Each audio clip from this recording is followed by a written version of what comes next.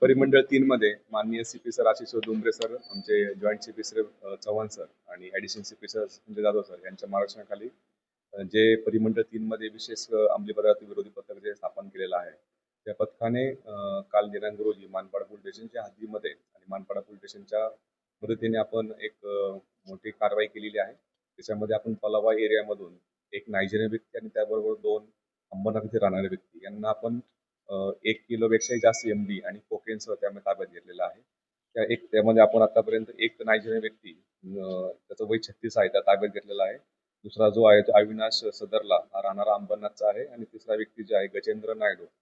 या 3 व्यक्ती त्या ठिकाणी एका ऍक्टिव्हावरती हा माल विकत घेण्याकरता त्या ठिकाणी आलेला असता. आमच्या टीमने त्यामध्ये एपीआय गायकवाड आणि संपूर्ण टीमने त्यांना पकडलं. त्याच्यामध्ये आपल्याला टोटल त्यांच्याकडे 1 किलोपेक्षाही जास्त एमडी त्याची किंमत 2,80,00,000 रुपये आहे आणि 15 ग्रॅम कोकेन त्याची किंमत 15 लाखापेक्षाही जास्त आहे.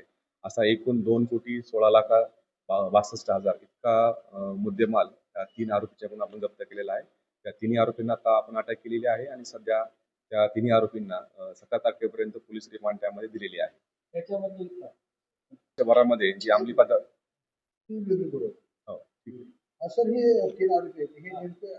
एक जो व्यक्ती आहे जो मेन ज्याच्याकडे आपल्याला जो माल विकण्याकरता त्या ठिकाणी आला तो नायजेरियाचा इथला रहिवासी आहे आणि तो मागच्या 2 ते 3 वर्षापासून मुंबई आणि या परिसरामध्ये तो राहत असल्याचं निष्पन्न होत आहे.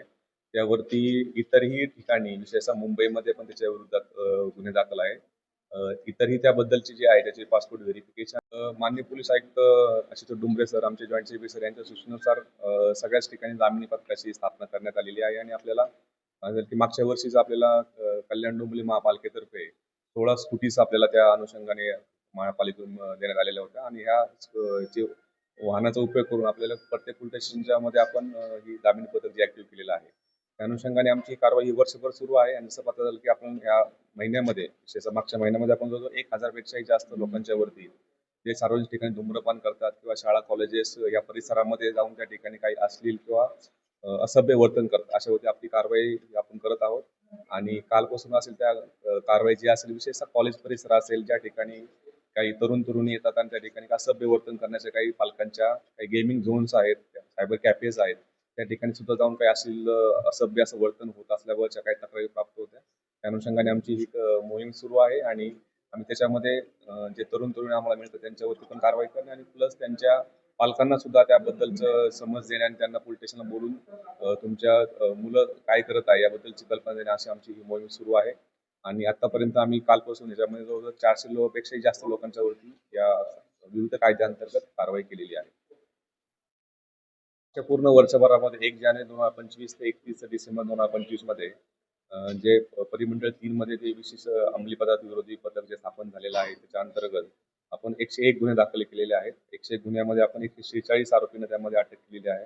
त्याच्यामध्ये एकूण 6,36,00,000पेक्षाही मुद्देमाल जास्त जप्त केला आहे. त्याच्यामध्ये 244 किलोग्रॅम गांजा आहे, 4 किलो पेक्षा जास्त एमडी आहे आणि कोडिनयुक्त बॉटल्स असा वेगवेगळा सगळा मुद्देमाल म्हणून आपण 6 कोटी रुपयापेक्षाही जास्त मुद्देमाल त्यामध्ये जप्त केलेला आहे. आणि खडकपाडा आणि महात्मा फुले पोलीस हद्दीमध्ये आपण ह्या 2 गँग्सवर सुद्धा महाराष्ट्र संघटित गुन्हेगारी कायदा अन्वये सुद्धा 2 गँग्सवरती आपण यापूर्वी कारवाई केलेली आहे.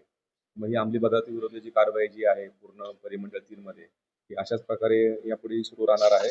आमच्या या टीममध्ये जे काम करणारे आमचे अधिकारी कर्मचारी आहेत त्यामध्ये एपीआय गायकवाड, त्यानंतर आमचे PSI जितेंद्र ठोके, पोलीस हवालदार Devare, police constable Rahul Shinde, police constable Amit Shinde, police constable Kushal Nerkar आणि खरसाण यांनी अतिशय चांगलं काम करून या सर्व आरोपींना त्यांना ताब्यात घेतलेला आहे. त्याचप्रमाणे आमचे Manpada police station senior PI Sandipan Shinde, PI Jaipal Rajput आणि API सागर चव्हाण यांच्या टीमने त्यामध्ये एकत्रपणे ही पूर्णपणे कारवाई केलेली आहे.